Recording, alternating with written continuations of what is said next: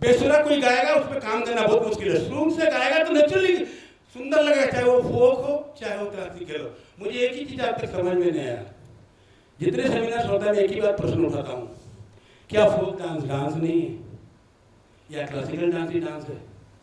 नहीं, dance dance है, music music है। उस म्यूजिक उस डांस का वहाँ महत्व है, इस डांस का यहाँ महत्व है। एक ही मूवमेंट है, दुनिया में करते हैं, ये भी करा चौक इसका अलग था, आरामंडी अलग है, उड़ीसी में अलग है, छाव में ये है, पैर तो वही है ना, अलग कहाँ था? आप मुझे बता दीजिए, मैं आपको एक जस्ट पूछता हूँ कि पैरों का काम कितने होते हैं? पैर का काम फुटवर्क तुम भी करते हो, नाचते नहीं हो? कितना पैर का काम होते हैं? एक ये एक ये एक ये और एक ये साउथ में है, इधर नहीं है। ये 3 पैर के अलावा चौथा पैर नहीं है, सारे परन मार दो। कथक वाले थोड़ा सा करते हैं, ताकिट ताकिट दिन कितना करते हैं ये मैं मानता हूं, लेकिन ऐसा नहीं करते हैं। ये साउथ का है, यक्षगान में भी है, तेरे कुतुब में भी है, कथकली में भी है, इस पे भी थोड़ा बहुत आता है, सब में। लेकिन ये पैर हमारे यहाँ नहीं है। इसलिए मैं कहता हूं ना कि जो टेक्निकली चीजें हैं उसको आप अच्छी तरह से सीखें, फिर उसको एक्सटेंशन करते रहे। जैसे उपज की बात हो रही थी ना सुबह, उपज करो, क्रिएट करो, क्यों नहीं होगा?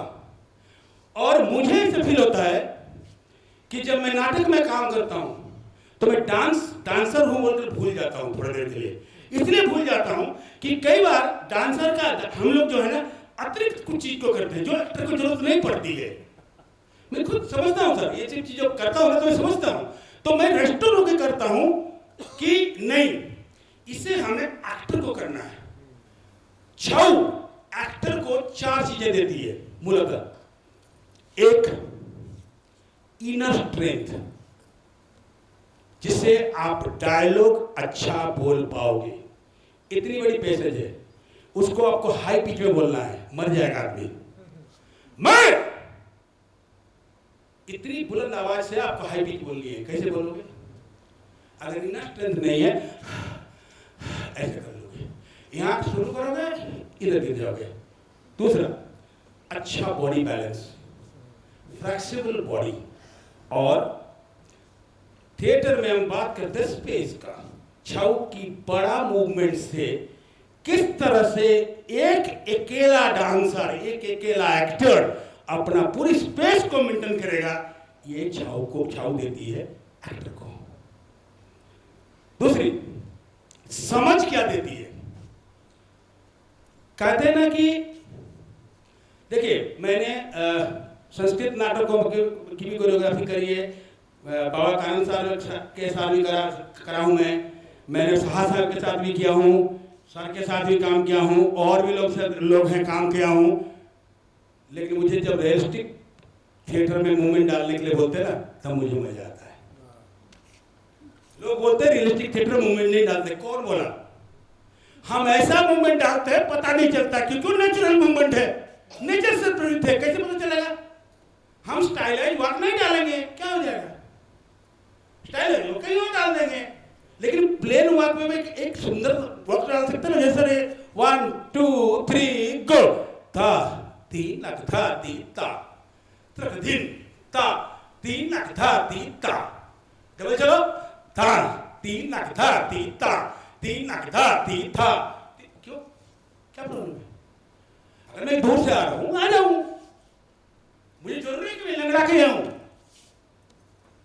लंगड़ाना भी एक अलग चीज है, क्योंकि आप एक्टिंग कर रहे हो, आप लंगड़ा तो हो नहीं।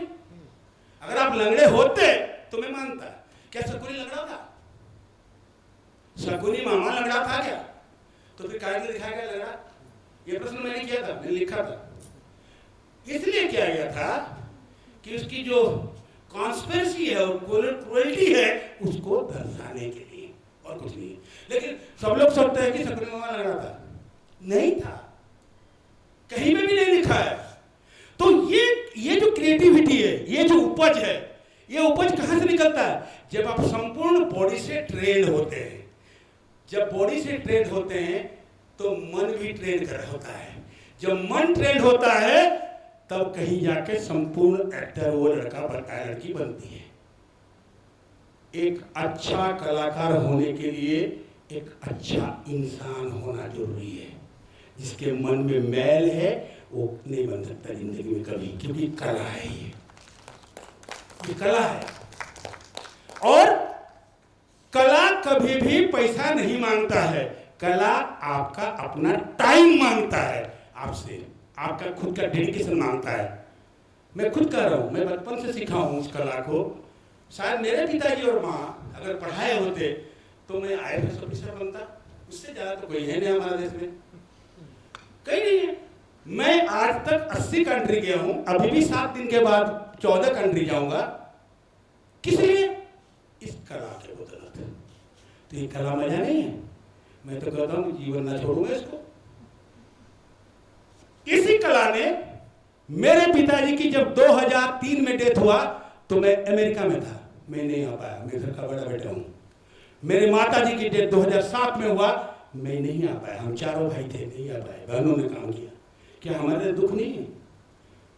कला डेडिकेशन चाहता है, डिवोटेशन चाहता है, आपका समय मांगता है, आपको समय देना पड़ेगा। कोई भी कला हो, पेंटर को क्यों नहीं, आपको खुद को टाइम देना पड़ता है। और एक ना एक दिन वो कला आपको रिप्ले जरूर करेगी, थोड़ा टाइम लगता है, टाइम लगता है। इसलिए मैं नए अपकमिंग जितनी जनरेशन है बहुत जल्दी है उनको, हम लोग जल्दी नहीं निकले हैं। मेरे 5 गुरु हैं और अगर मैं 5-5 साल ही बोलो तो 25 साल मैंने सिखाया उनसे से, 25 साल में, उसके बाद निकला हूँ काम करने के लिए। तो 5 दिन में गुरु बन जाएंगे, कैसे होगा ये शिक्षा? इसलिए मैं कहता हूँ कि ये जो सेमिनार होते हैं, ये सेमिनार पहले होते नहीं थे ना, पहले बहुत पहले होते थे, बीच में तो गायब हो गए। तो कम से कम एक वार्तालाप तो है, एक समझ तो आएगी। मैं धन्यवाद देना चाहता हूँ इनको कि इन्होंने एक चीज आयोजन किया, और मैं तो खुश, यहाँ के लोग खुशनसीब होना चाहिए कि ऐसी चीजें आपको सुनने के लिए मिल रही है लोगों से। अन्यथा किताब को पढ़ते रहो, किताब पढ़ लो, दिमाग में कुछ नहीं जाएगा। क्योंकि जब तक आप प्रैक्टिकली नहीं करेंगे तब तक आपके दिमाग में नहीं जाएगा, ये तो पक्की बात है। इसीलिए हम लोग कहते हैं ना कि NSD से लड़का जो पढ़ा पास आउट होता है डिप्लोमा कर कर, वो यूनिवर्सिटी में पढ़ा देता सर। यूनिवर्सिटी वाला NSD में नहीं पढ़ाने जाते थे, बिल्कुल नहीं जाते। क्यों? प्रैक्टिकल नहीं है वो, हम प्रैक्टिकली हैं। वहाँ के जितने भी लोग निकलते हैं सब प्रैक्टिकल। आप इसको बोलो वर्ल्ड की किसी भी कोने में जाकर पढ़ा के आ जाएगा, क्योंकि प्रैक्टिकल जानता है।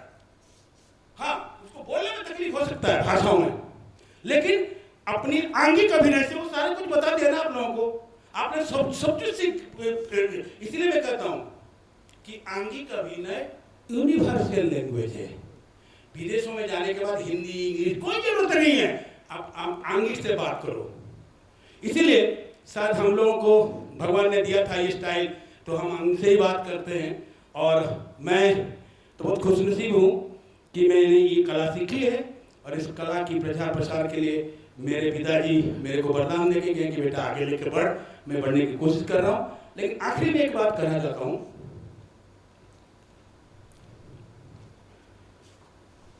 इंसान जब नए नए सीखने के लिए आता है, कोई भी कला फ्रेश होता है, जो भी लड़का है लड़की आती है, वो जब 5-10 साल का ट्रेनिंग लेके निकलती है गुरु शिष्य परंपरा से, तब उसका खुद का कैरेक्टर बदला हुआ मिलता है। इसीलिए कला चरित्र को बदल जाता है। ये बात मैं जोर से कह सकता हूं, मेरे जैसा बदमाश कोई नहीं था दुनिया में, वर्ल्ड में। आज मुझे कुछ नहीं लगता है, मुझे लगता है ये बेकार की चीजें यार, यही करो, सही है सारा, ये समाज अच्छा है। क्योंकि हर भावों को, हर चीज़ों को हम समझने की कोशिश करते हैं। दुख को दुख की तरह मानते हैं, सुख को सुख की तरह मानते हैं, सोच को सोच की तरह सोचते हैं। इसलिए मैं कहता हूँ, जहाँ एक आम जनता की सोचने का समाप्त हो जाता है, वहीं से कलाकार का सोचने का शुरुआत होता है। Thank you.